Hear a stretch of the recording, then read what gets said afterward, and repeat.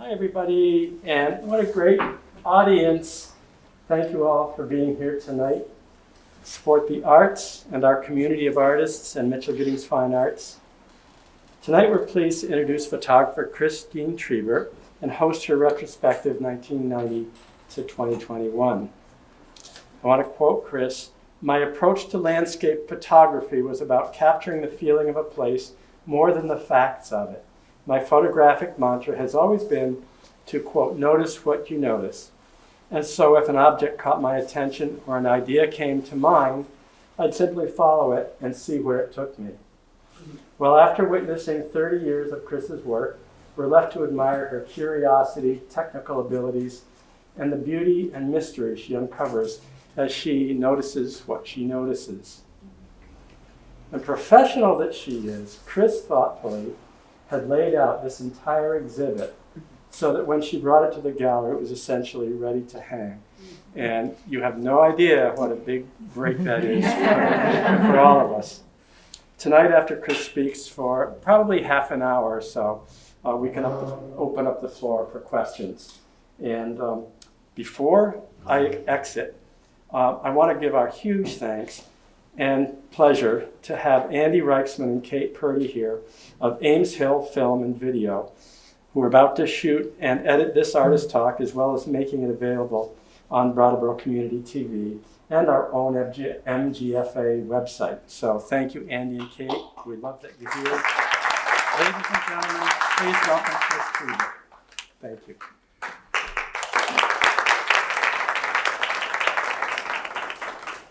Thanks, Jim. Can people hear me okay? Yes. Okay. So first of all, thank you everyone for coming. You know, how great in Brattleboro to look out in the audience and know basically everybody here. This is just the best town in the world to be an artist in, for the support that you get here. So thank you for coming. I also want to say a really big thank you to Jim and Petey for hosting this event and for hosting my exhibit. It's really quite an honor for me to have their entire gallery for my work over the month of October. So thank you so much, Jim and Petey. I also want to thank the local press, specifically Jenna Mongiretti from The Reformer, who wrote a really great story about this exhibit, and also Joyce Marcel, who wrote a really extensive, in-depth interview about me and my work. So I feel like I've gotten lots of coverage and lots of words already have been written about this show, which, when preparing for the artist talk, I started thinking, what else is there to say?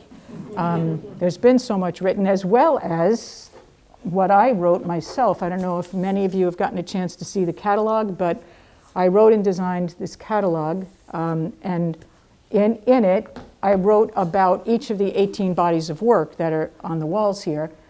And those short stories are also throughout the gallery walls, explaining what each body of work is and how I did it and why I did it. So again, there's a lot of words that have already been written. So I was really kind of struggling a bit with thinking what I would say to an audience about the work. But I remembered that Joyce asked me a question in her interview. She asked me if I have always made my living as an artist since I moved to Vermont in 1990. And I answered yes, but there's a lot of different pieces to that answer. So I thought that maybe that's what I would focus on tonight. Some of the backstory about being an artist, doing this work, and I hope that it will fill in some of the spaces in between the work that's on the walls. What was going on in my life, what the time period was, and give some more background to it. So when I wrote the catalog and when I designed this exhibit, I was thinking of a way to present it, and I divided it into 3 decades. So we moved here in 1990, so it was in the 1990s, and then the 2000s, and then from 2010 to the present. So when I go through the talk about the stages of my life and my work, I'll use that same thing, but I'm going to start, the story starts 2 decades before that, actually. And I say this in my artist statement in the catalog, that it really starts in 1971, when I dropped out of college after my sophomore year. I went to Stonehill College and south of Boston. And I had to choose a major by junior year, and I had absolutely no idea what I wanted to study. So I quit and just kind of floundered for a while. I had a string of kind of mediocre jobs, and I was broke. I went back home and lived with my parents, not recommended. And while there, that was on Long Island where I was born, while I was there, I needed a job, and I answered a no experience necessary help wanted ad for a photo lab assistant. And it was a good thing it said no experience necessary, because I had none. I'd never owned a camera, I knew nothing about photography, but it sounded better than selling gloves at Abraham and Straus, which I had been doing before that. So I answered the ad and I got the job. And it was a pretty low-level studio in terms of quality, but it just totally opened my eyes to this field that I knew nothing about. How does film work? How does a camera work? How do you make a print in the darkroom?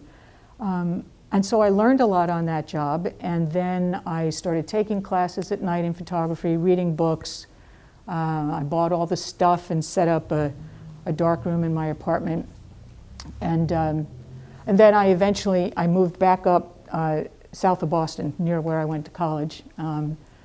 And for the next several years, this was in the early 70s, I worked as a photo lab. I was a darkroom printer in a photo lab for 4 years or so. And then from there, I actually got a job as a photographer, although I was not very good, but I did. I was a staff photographer in a community arts project. This was in Brockton, Massachusetts. And also on staff was a graphic designer. And she would ask me to make certain photographs or take my images and use them in posters and promotional things and brochures. And that really turned me on. This was a whole new way to use an image that I also had known nothing about.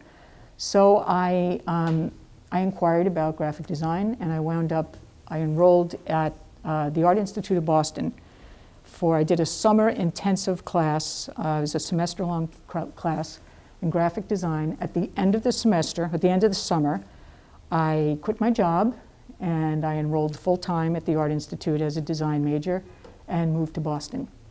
And so I think that really for me was kind of the beginning. Even though I had been doing photography, I learned things in a very different way. I learned how to see as a designer in every way, whether you're doing the layout on a page or looking at composing a photograph or you're designing a space. It's really design principles that I really took in at that time, and they really still kind of drive my life and my vision.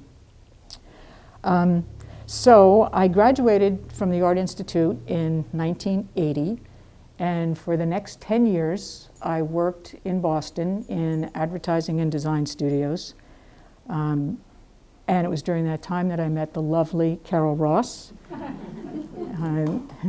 She was there, right here. That would be her.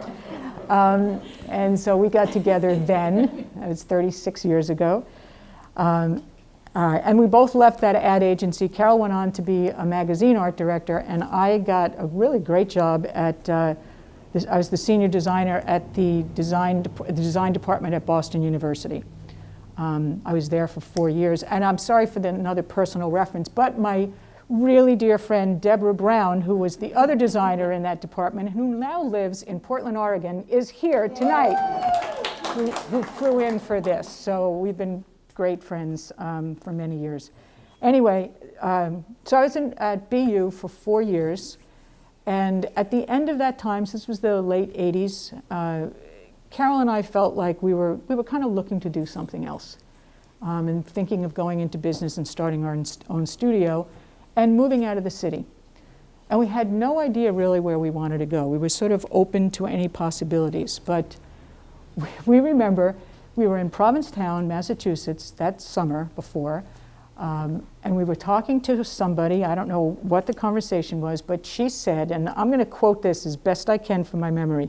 She was talking about the town of Brattleboro, and she said, "It's a town that's just yupped up enough to have a few cool restaurants, but it's still funky and rough around the edges. And we both went, that's us. That's what we're looking for. So we drove to Brattleboro, and as we drove in the town, we both said, I could live here. It's just a feeling that worked. And you know, Jim mentioned before about my mantra that I use in my life, which is notice what you notice. And I noticed that. I noticed that, you know, that kind of feeling, it just comes from within you and you just follow it. So we went to a realtor, we looked at 5 houses. The last house we looked at, we said, we'll take it. 31 years ago, we moved into a little house on the Rock River in South Newfane. And we started a studio.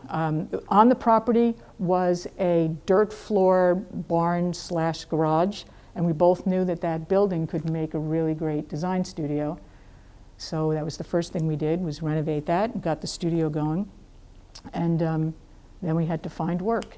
And you know, it was very different back then. Graphic design, it was still old school days, or it was just changing to digital design as it is now. But there wasn't a lot of competition around here. We decided that we would look mostly for schools and colleges for our clients, because I had such a kind of a deep BU portfolio, and Carol, as a magazine art director, they just really worked for promoting schools and colleges. So we got a lot of work locally in those first few years. We did promotional stuff for Marlborough College, sadly missed, School for International Training, Community College of Vermont, the Putney School, Dartmouth College, UVM, Babson College, Amherst College. Further afield, we did Fordham University and Penn State College. So you know, the studio was going really well, and that was what was supporting us. But at that same time, because I built a darkroom down the basement, and I was really happy to have my spare time to just have the time and freedom to photograph. And my focus then was pretty much on the landscape. And then I was making prints in my darkroom. And the work that I did back then, if you noticed on that far wall under where the retrospective sign is, those small, very little 2x3 size prints, that's what I was doing in those early days.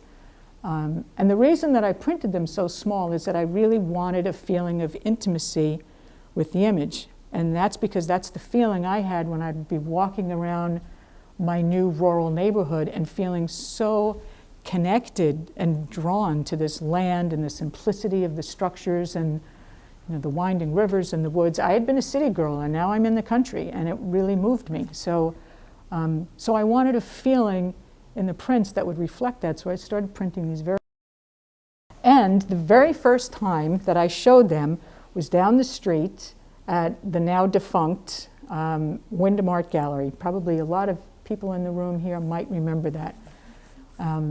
And I say again, Brattleboro is a great place to be an emerging artist, because I just felt so welcomed. I had never shown my photographs before. I had no resume. You know, it was just something that I did and that I loved. And lo and behold, they all sold. I think I put 8 images in, you know, custom framed, and they sold. And so that was the beginning of me looking for other galleries to sell the work. And I was pretty fortunate. I got into a really good gallery in Provincetown, Massachusetts, the Rice Pollock Gallery, that represented my work for 25 years or so after that. And I had a couple of other little things. There was a small specialty photography gallery in Chicago that took the images, and they took them to the New York Photography Show. So, you know, I was getting my work out there. And I would make sales here and there, but not nearly enough to quit my day job. So I was still working the design studio. So I started thinking, this was mid-90s, that I wanted some way to do something more with these images. I mean, people really liked them. I loved making them, but to just make a print and put it in a gallery and maybe it sells, maybe it doesn't. So I decided to design a series of note cards. And this was before desktop publishing and print-on-demand stuff. This is when, if you wanted something designed and printed, you had to print in the thousands, in the many thousands. And I did. I used Griswold printing, which is also now gone, but it's in the space where the hatch space is now on the 3rd floor on High Street. That was a printer we used a lot for our other design clients, so I went there, and I think I printed 12,000 packs of cards. And then I had to completely change the studio once the truck came delivering them.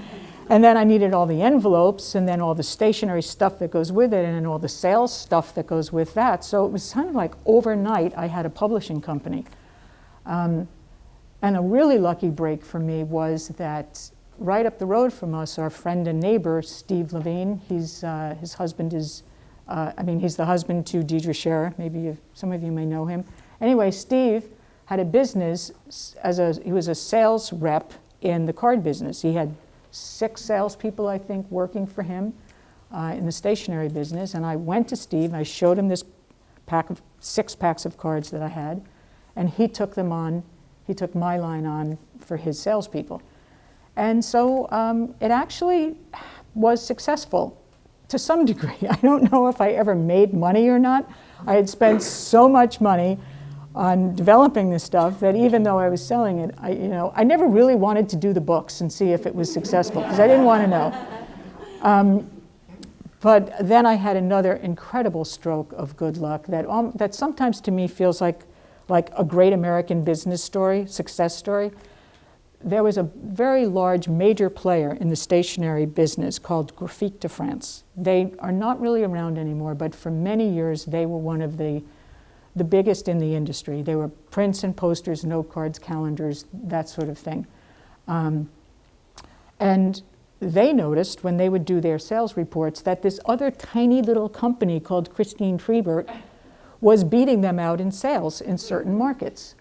And I know why it was, because when the salespeople would sell my work in places like Martha's Vineyard or Cape Cod, I had images so specifically to that area, and theirs were, a little broader in scope. So my sales did really well in those places.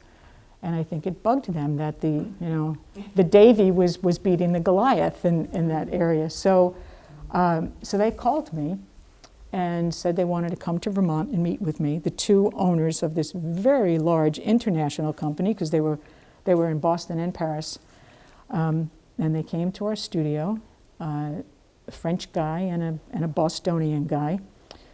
And we sat down and we talked, and they said they wanted to represent me, that they would take over my line, they would license it themselves, reprint everything, license it themselves with their logo, keep my design, do all the marketing, all the sales, all the distribution. And I said, sounds good to me. They gave me a really, really good contract. And I think it was 1997. So I think I did it myself for about 2 years or so, and they took it over. And then they were everywhere. I mean, these cards of mine were everywhere, and actually some of them still are. I still get people telling me, I just got a card in the mail and it's yours. And they're 25 years old at this point. But they had a huge sales force, so they were all over the country, and it was great for me. I didn't have to do any of that work, and it gave me freedom to start pursuing more things. But one thing I realized during that time was that I was still making those little 2x3 images as my original art, like is on the wall over there, and putting them in galleries. And then all of a sudden, the market is flooded with these images of mine that look basically the same, as that same style.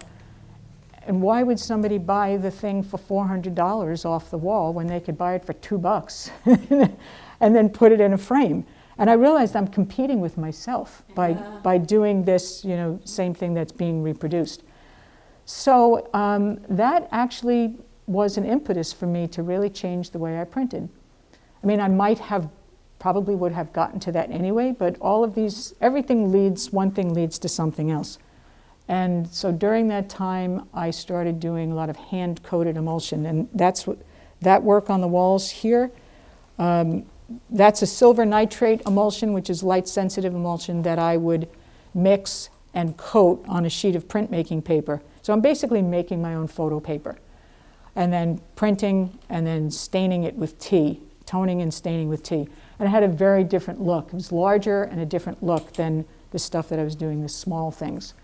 So I started doing that. I started doing, besides landscape, working with still life, like that series there, which was done in that same way, hand-coded images on printmaking paper. I had also, because my contract with them was so lucrative and I was actually making some money, I was able to invest in a Hasselblad camera, which was a dream of mine to own that I never owned before. So it's a square format camera. So I started working in still life, and so things felt very comfortable for a while. I had this great gig. I pretty much had pulled completely away from graphic design at that point because I really didn't need to.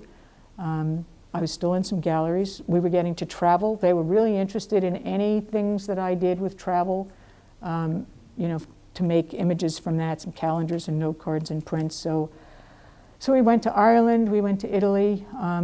It was a good time. And then 2000 came, 2001. 2001 is, in everyone's mind, how that was a major shift in the world as we knew it. And the other thing that happened at that time, after 9/11, sales of everything dropped off. So I could see the sales tanking some, and of course, I understand.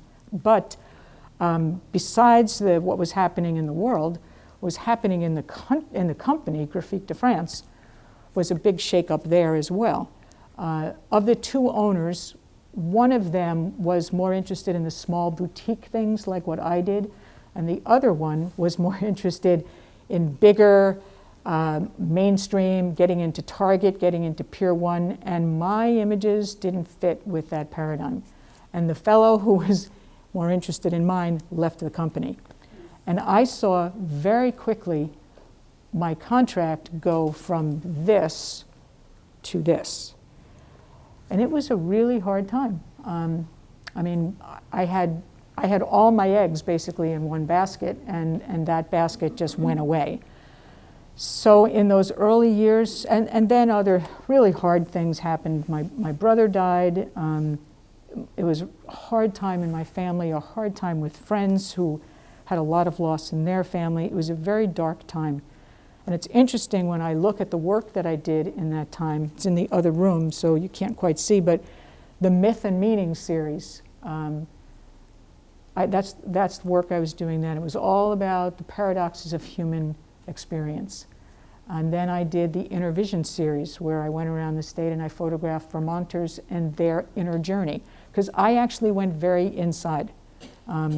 It just seemed like that was the kind of work that I wanted to do. I don't know at the time if I was even aware of it, but the work became more inner.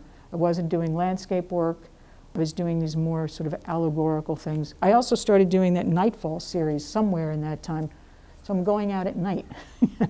I'm taking landscape pictures at night when there's hardly any light. I mean, I think back on it, and all of those other things that were sort of dark in my life and dark in the times, the Iraq War started around that time, influenced what I did with my art. So we were sort of, I was struggling. Carol was okay. She still had some business that was doing well, but I was struggling, and I needed a new idea. And so together we did this. You're going to take half the blame for this story. We came up with this idea that, the note cards did so well, and we have this, really strong design background between the two of us. So what if we tried doing something with note cards that's not the retail market? We had an idea to brand cards for specific groups, for hotels, for certain kinds of foundations, stores that have a strong brand visual identity. And we worked for a year and a half on this idea. We were up early in the morning, late at night. We were so into it. We were designing packages. It was like, oh, W Hotels. Look what we could do for W Hotels. And we'd make all these great things. Well, W Hotels has no need for Chris and Carol. They have a very strong brand on their own. But, what I realized about myself when I when I've looked back on this and I've thought about all the changes that I've made and all the times that I've really invested my time and energy, and I appreciate this about myself, is that I'm really pretty fearless. And I also realize that sometimes I'm very naive. And those two things can be disastrous or the opposite. So I would go into something just with great gusto and sometimes didn't know enough about what I was doing. And that was a good example of that. We tried this business. We went to New York, we went to Boston, we went to Montreal with these wonderful, beautiful packages that we would design for specific companies with their images or my images that I do something to make it work for them. And I think we got maybe three people who actually took us up on it for one project, and then that was the end of it. But interestingly, during this time of our failed business idea, two of the companies that we went to with this idea were Grafton Village Cheese, when they were still up in Grafton before they were here in Brattleboro, and Tom and Sally's Chocolates, who are now gone, but many people will remember them being big chocolatier on Route 30. We went to both of them with an idea for cards that they could use in their stores or sell with their products, or we had so many ideas of the way they could use them. Neither of them were interested in that, but they both knew me as a local photographer, and they knew of us as a design team. And they said, well, we don't really need these, but we do need somebody to photograph our products and design the catalog. They both had somebody in the past, and that team or firm was not doing it anymore. So they were both looking for a new photo design team. And truth be told, I knew nothing about food photography, nothing. Carol knew probably more than I did, because as an advertising art director, and a magazine art director, she did lots of photo shoots with photographers. And I did some of that in my past life in Boston, but not very much. But I said, sure, sure, yeah, great, we'd love to do that. So I drove to New York. I signed up for an intensive class in food and product photography and took lots of notes and came home and spent lots of money on equipment and bought books and watched videos and would set up the studio with all this stuff by myself at night, pretending this is cheese and setting it up and getting a feeling for the lighting. And Carol, great thing besides her being an art director, she's also a great stylist. So she would style the photos. We had so much cheese in our studio. Literally, we photographed probably in the thousands between the cheese and the chocolate. Do you remember Tom and Sally's, all those little tiny things they had? Well, every little tiny thing had to be photographed, and that was me. And it was a great run for about 5 years. It was exhausting, but I got better at it. I actually at some point think I might have liked it for about 2 weeks. And I have to say that for the people who are real food photographers or product photographers, the kind of people I knew in Boston before the digital age, who had to get an image right on a 4x5 transparency and everything perfect, that's a skill that I so admire. And that was not me. But thanks to Photoshop, I knew if I could get the feeling right, I'd have a good stylist, I'd have the composition right, I could get it in my camera, and then I can get on Photoshop and I could fix what didn't work. So I spent, besides spending tons of time in front of the camera, I was spending tons of time editing in Photoshop. Anyway, it paid the bills, and we did that for about 5 years. During that time, I wasn't doing very much of my own work, though. I was really just doing this kind of commercial work. And then the next decade comes. It was about 2010. Just like what happened with the note card business, doing really well, and then boom. Well, this design and photography for catalogs and product stuff was going way up, and then all of a sudden, Grafton Village Cheese really expanded. That's when they bought the building here in Brattleboro, and their business quadrupled. And we worked for them for a while, but they really needed somebody bigger than a two-person shop at that point. And they went to a larger design firm and photography studio up in Burlington. So once again, you know, income that was like this is now like this. And then Tom and Sally's went out of business very quickly. Once again, I'm in scramble mode. But during that time, right around 2010, after doing nothing but commercial digital photography for a few years, I was really missing my own work and looking for what else I wanted to do, a way to get back into making fine art things for myself. But I had no interest in going back into the landscape at that point. And you know, that notice what you notice thing that I mentioned, I can remember when I noticed one day walking on the Auger Hole Road, where we walk every day, that I picked up this interesting curlicue vine on the road. There's masses of them on the road, and I'm so interested in it, I brought it home and started playing with it and realized that I have to do something. I have to do something still life with this botanical stuff. And I also knew that I did not want to use a camera. I didn't want to be standing over a set or setting lights up or looking into a camera. I just wanted something that felt very organic, kind of as an antidote to all the commercial stuff I'd been doing. And that's when I began doing the series called Cameraless Stuff.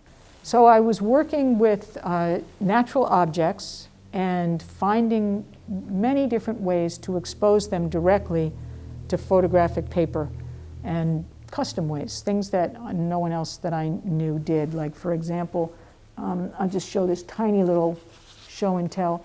The one that's in the window, well, this is it's a classic photogram where you lay an object down on a piece of photo paper.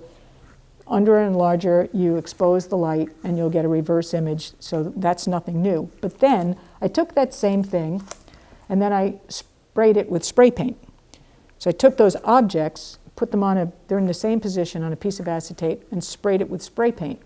Because I realized spray paint basically is like, it's like film grain. It has the same quality. So I took these two images and I scanned them together and I stripped them together and I let some come forward, some come backwards, so you see what looks like a shadow of something, but they're not. They're two images made with two different media, and when you put them together, they have this very interesting kind of some movement and some depth. So that was one of the things I did. That one on the wall, the shadow graph, that's made by casting shadows across the darkroom and capturing the shadows on photographic paper and then scanning them and making them really big. And I had several others. The one by the front door, which you can't really see from here, it's in blue.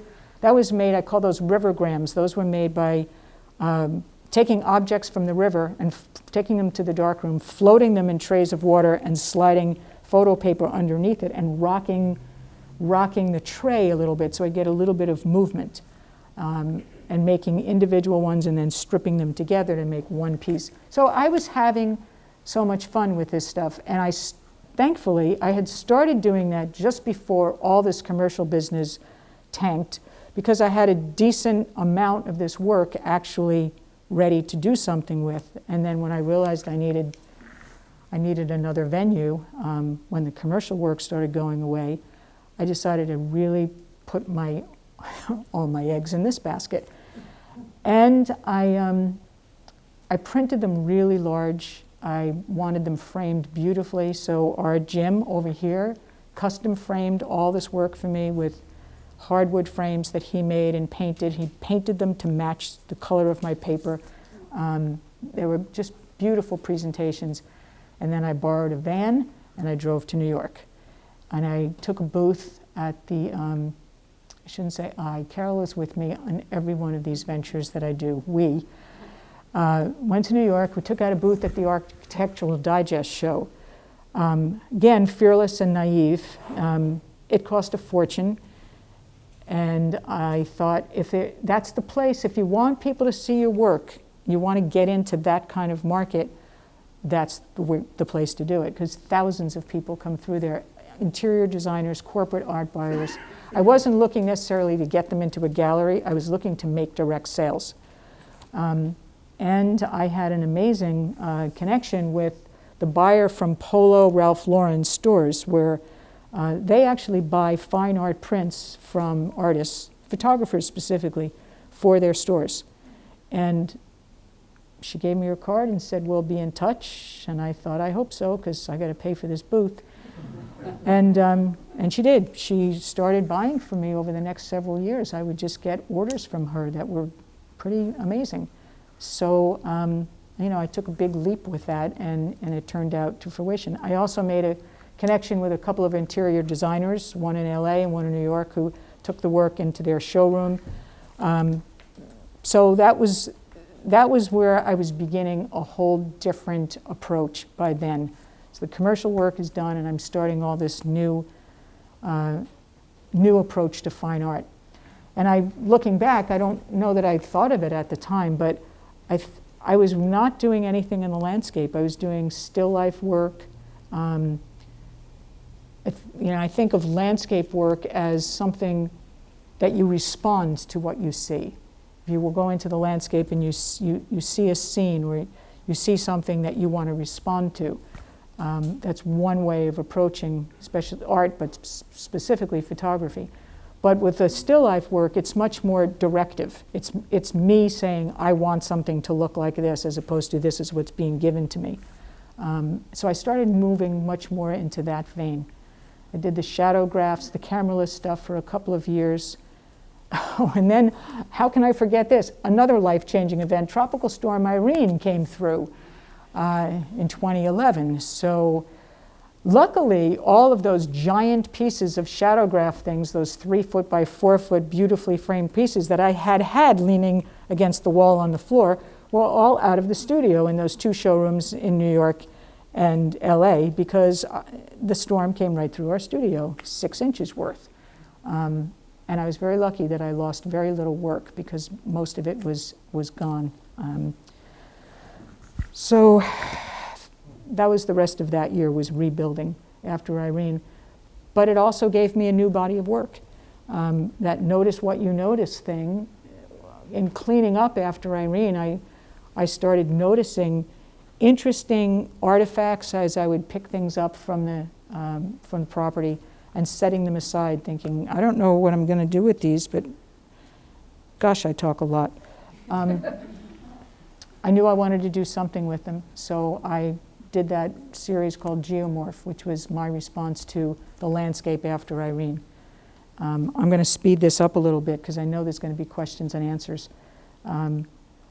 So still life work was the next, during that early part of that decade was what I was working on. I did the Viecas, fallen flora, again, having an idea, seeing something, having an idea, and always with every body of work finding what's the way that I want to express something with this. So, some things are on wood, some things are on paper, some things are on fabric. And when I got done with the Viecas still life work, I realized at that point it had been, I guess, 5 years or so that I had been working with mostly dead and rusting objects. and I really felt the need to work with something living. And I decided that I needed to do people. And that's when I did the portraits on metal. If you look straight down, you can see our own P.D. Mitchell looking right at us. That back wall, which was the series called Through a Glass Dimly. And I don't want to talk too much about things that are written in the catalog or on the walls, because you can read that yourself. But there were a lot of profound thoughts for me around photographing people in that style, letting everyone present themselves with their own essential divine manifestation that comes through each person. So that was the thought behind that work. And after that, if I'm going sequentially, after that I went back actually I did go back to the landscape, but not with a camera, or not with a regular camera. That's when I started doing, I brought these guys along for a little show and tell. This is my Pinhole Camera. It's just basically, it's a tin can with a hole in it. And it's very hard to open sometimes. So the idea of a pinhole camera, I've taught this to people, it's the most basic way of taking a picture. So it's a light-proof box with a hole in it. I poke a hole with a sewing needle, cover it up with a magnet so it sticks to the tin can, and inside the can you put a sheet of photographic paper, same kind of paper that you would print in the darkroom, because paper is light sensitive as is film, but it's much, much, much slower. If film is something like an ASA of 100, 200, or 400, this is 6. So the number 6 compared to, say, 400. What that means is when you're making an exposure, sometimes my exposures are as long as 15 minutes. So it takes a lot of patience, and many of them are no good. But I just started doing pinhole work in the landscape again, and that's represented in the back room. And I'm going to try to finish up these last few things as quickly as I can. Right around that time, I guess I was doing the pinholes 2018. I did a big show in Provincetown of pinholes. Carol had been, for the past several years, she was working as a potter. I don't know if any of you, I hope most of you have gotten to see Carol's pottery because it's killer. Her aesthetic, she amazes me. She went from knowing very little, well, I'm sorry, you did do some in Boston years ago, but she started again in her late 60s, I guess, and within a few years she had developed this really beautiful line of pottery, and she was getting a following for it, doing it at the farmer's market and showing it locally. And I have to tell you, I was getting what I would call craft envy. Because I take forever. I come up with an idea or a project and I have to buy stuff or make stuff or figure something out and do all this thing and make the frames and spend all this money, and you have to have at least 6 of them to put them somewhere to have any kind of presentation. And I'm watching her come home every day. Now she's got 4 more of these and 6 more of these and 10 more of these, and she goes to the farmer's market and they all sell, and she goes back and she makes more. And I thought, I want something like that. I felt like I wanted something that was more functional and one at a time, just make it and sell it, or make it and have people be able to buy it, something that would be lower priced. And the idea of function really appealed to me. So that feeling coincided with a lamp that we have in our house where the lampshade broke, and I could not find a replacement for it that I liked. And I figured I'm going to learn to make my own. And during that, I realized, I don't have to just make it out of any old paper or linen or fabric. I can make a print and make a lampshade. So that began probably a 6 to 8 month process of me learning how to do that. There's a lot of math involved that I knew nothing about. It sounds silly, it sounds silly to say that it would take that long to learn how to do something like this. This is just a tiny one that I brought, but this is a template for a lampshade. So this curve and this curve and this angle and this angle and this depth have to be exact in order to, when you bend it and you make them meet, that they're even and they're the size that you want. I didn't know how you do that math, and I can't tell you how long. It was ridiculous how long it took me to learn how to do it. I would go online. I was in these deep math websites about tangents and arcs, and my brain was busting, but I got it. I finally got it. And I started making some, and then my friend Steve Proctor, who's sitting over here, who everyone knows for those big, giant, beautiful ceramic pieces that he does, was interested in doing some lamps of his work and was looking for shades. So I went from just learning how to make small ones to needing to make them for Steve Proctor, who makes stuff this big. So it was a challenge. But I said I wanted to do something functional with my art, and so I was taking all of my photographs that translated well to patterns that I could pair with Steve's bases, and it was so much fun. And then from there, I started working with a friend, Chris Erickson, who's out my way. He's one of the Rock River artists who does beautiful wooden bases. So I pair my work with him now. And so that's like a whole new world that opened up for me of collaborating with people and going from flat art that hangs on the wall to art that I can use in a new format as a functional thing. And I'm only going to take 2 more minutes, but I can't not say anything about this. The Song of the Sycamore, this is probably the thing that I am most proud of in this exhibit, although it's the thing I will make the least amount of money on. If we're talking about how artists make money, sometimes you don't. But this was an idea that came to me several years ago from finding this broken sycamore pod and seeing their possibility as musical notes on a scale. And I really didn't know how to do that, but thankfully my good friend Susan Dedell, who lives down the road from me, I went down her house and said, Susan, am I crazy, but is there music in here? And I had just taken a few of them and put them on a scale, just randomly. You know, I have some idea of where notes are, but I can't see something and hear it. And I tried it on a guitar and it sounded absolutely horrible. But I thought, if there's something in here, Susan can see that. And I brought it down to her house, and she put it at her piano. It was only, you know, maybe 4 or 5 of the strands together. And she sat down and she played the most amazing thing, just so effortlessly, you know. And then I realized, well, if you're a musician, that's what you do. I don't know how to do that, but people who can see music in their relationship to, you know, the notes to the scale, staff, thank you. Anyway, so I knew that there was an idea there, and it took really about 3 years before it came to this. I put it on the back burner for a while because I didn't really know how to go forward with it. But when I talked to Jim and Petey about having a show here, Petey had seen those things in my studio, and I told her what my idea was. And she asked if I was going to do that, and I said, if I have a show in this gallery where all of my work is, and I can have that space, yes, I'm going to do it.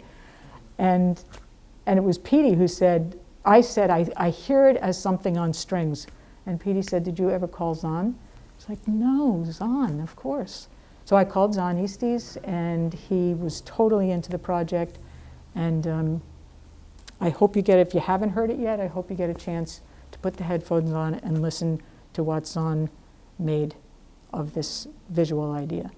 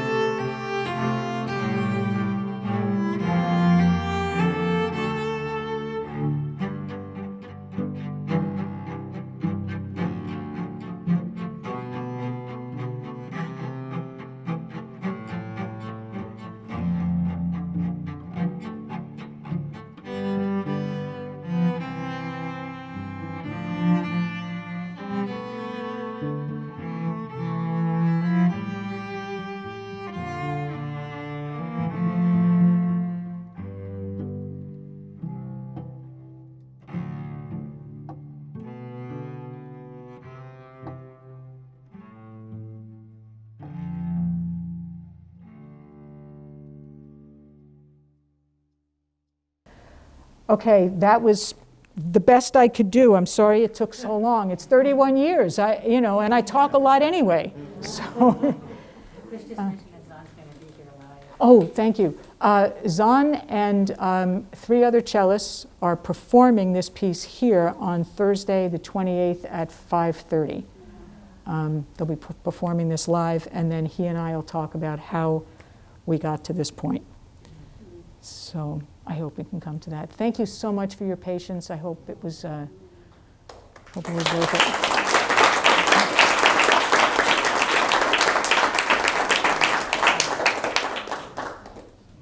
There'll probably be questions and answers. Yeah. Any questions at all? More than happy. What's next? Notice what I notice. Notice what I notice. Yeah. I certainly will keep going with the 3-dimensional things because I kind of just feel like I've just begun that. As far as the 2-dimensional work, I don't know. We'll see what happens. I love my pinhole cameras. I'll probably pull those out again. But I don't have any clear direction around the 2-dimensional work. I just right now know I'll keep doing the 3-dimensional things and see what happens. Yeah. I have a question. Yeah. I'm curious what you would say about the, balance of the need to make money and sell your work and your creative process, and how they influence each other. Yeah, it's a big one, and it's one that all artists have to balance. I even mentioned about how when I realized I was competing with myself and I changed the work that I did because I thought this isn't good for me to do. I know some artists have a real challenge with that because they have work that people are buying and liking a certain style, and the artist might be ready to do something else, but they're still attached to the income they're making. I feel fortunate in that because it's all art, whether it's designed for a business or designed for me or art for me or art for, it's still all my art. But there was always enough of a separation between what I did as art for other people or commissions by other people and what I did just for me. And when the things I was doing just for me sort of weren't getting me anywhere, I'd have to take on work that maybe wasn't what I really wanted to take. It's a balancing act, always, always. I think I've done some bodies of work that I love that didn't sell very well, and I don't regret that I did them, even though I could say in terms of success, if success is only monetary, then I could say they weren't very successful. But I sometimes look at some of the work that I've done and I can say those are some of my favorite pieces I've ever made.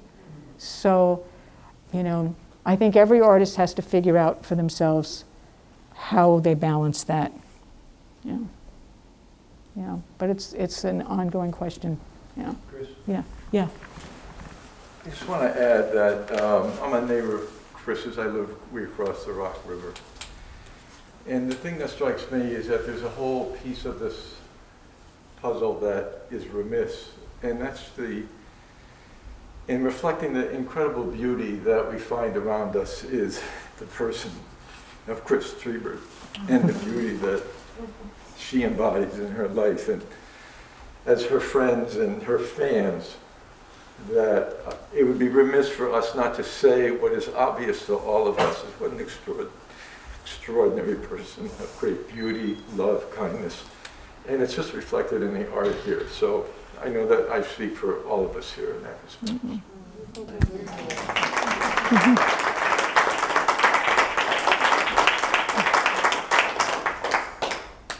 I love Vermont.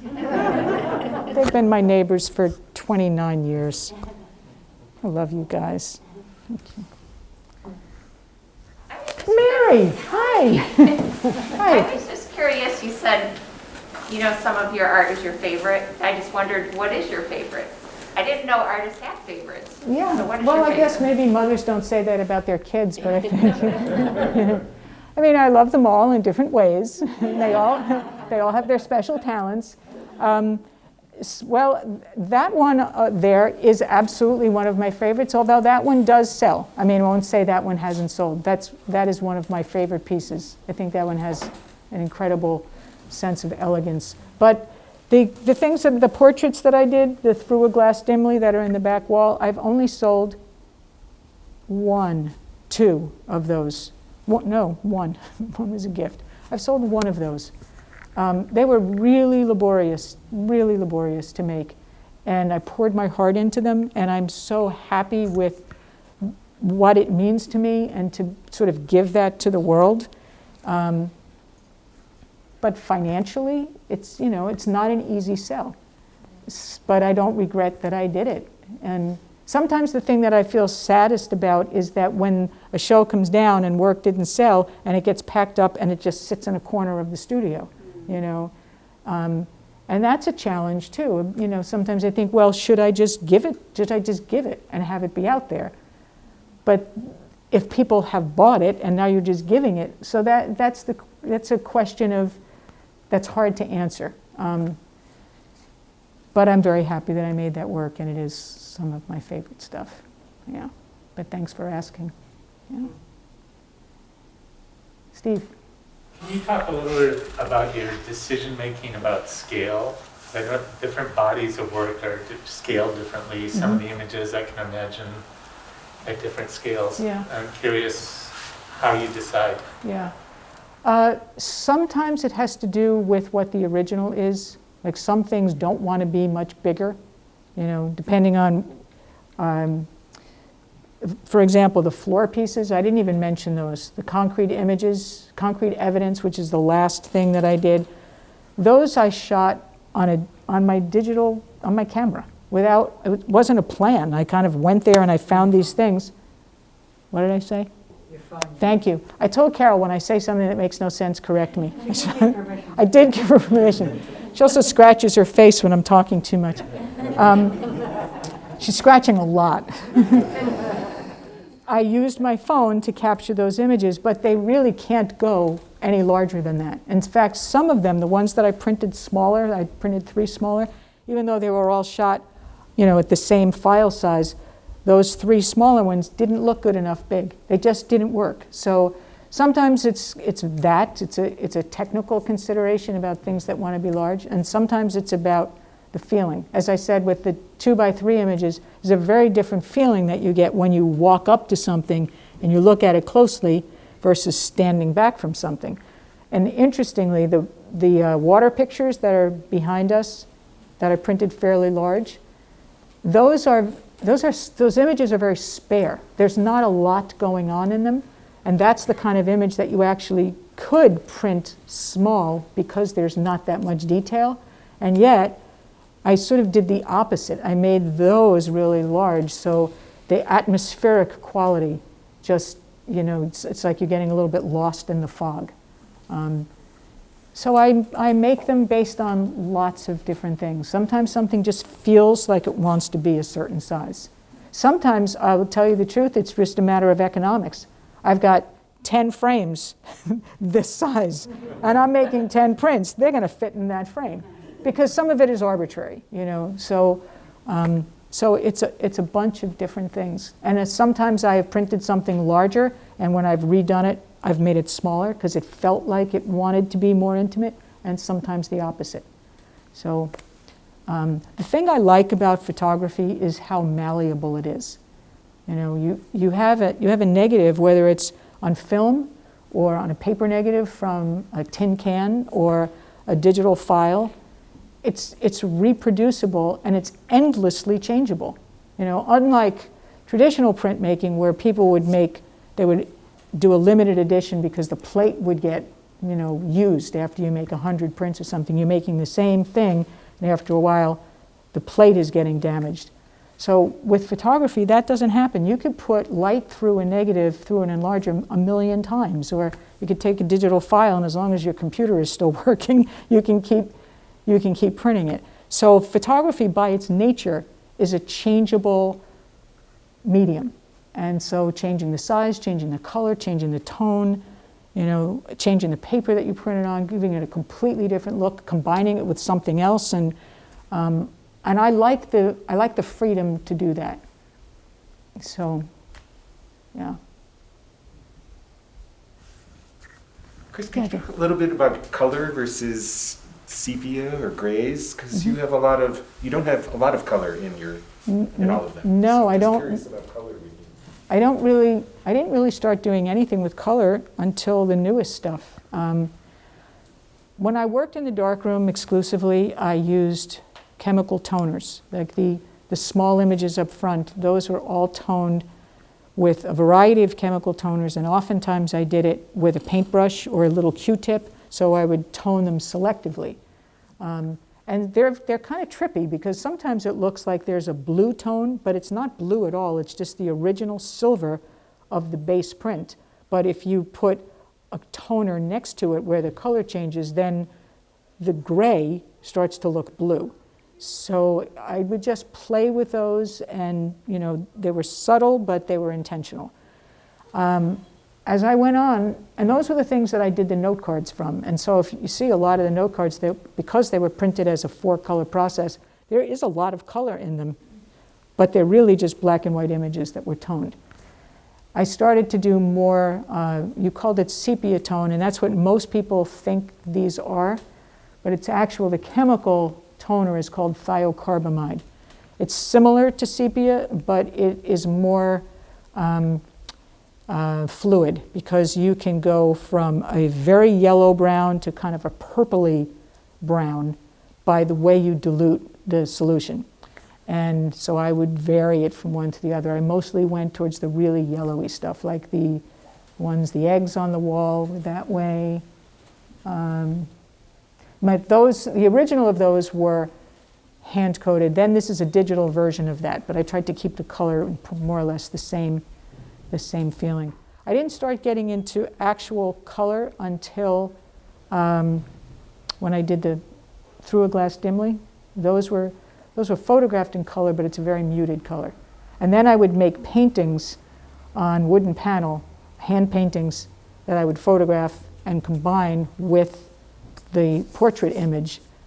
But my paintings were pretty monochromatic too. Some were brown, some were blue. So it's, it depends on the series. I don't do that much anymore in the sepia because I feel like it's been done too much.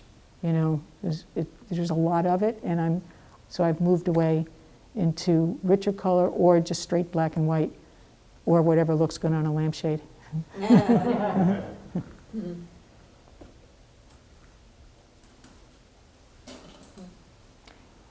I'll just wait a second. I have a question. Yeah. I'll stand up. It's so striking to have, as you mentioned, 18 different bodies of work. And I was listening as you were talking to the qualities that you identified that have allowed you to pivot so many times. Mm-hmm. And I heard fearlessness, I heard naivete, keen observation skills.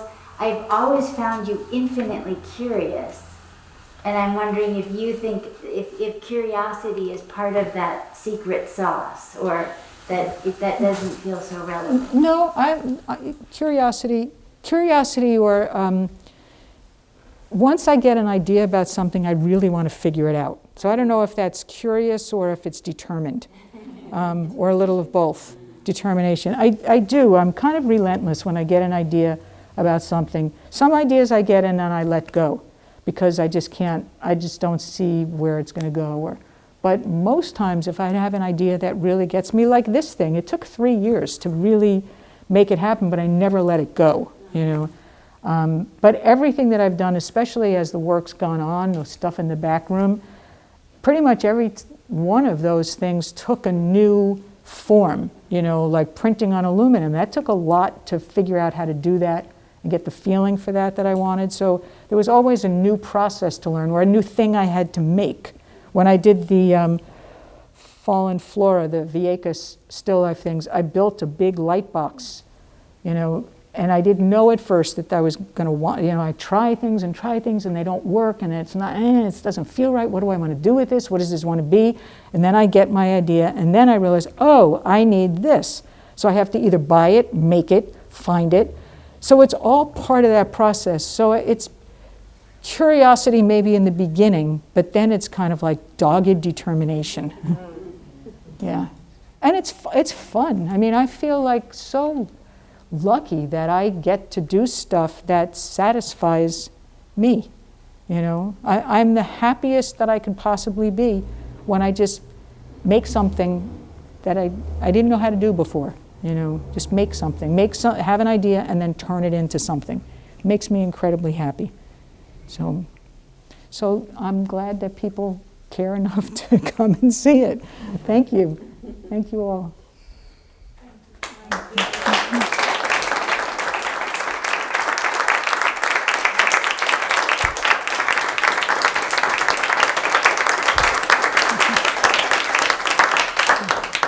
I'm smiling really big under my mask.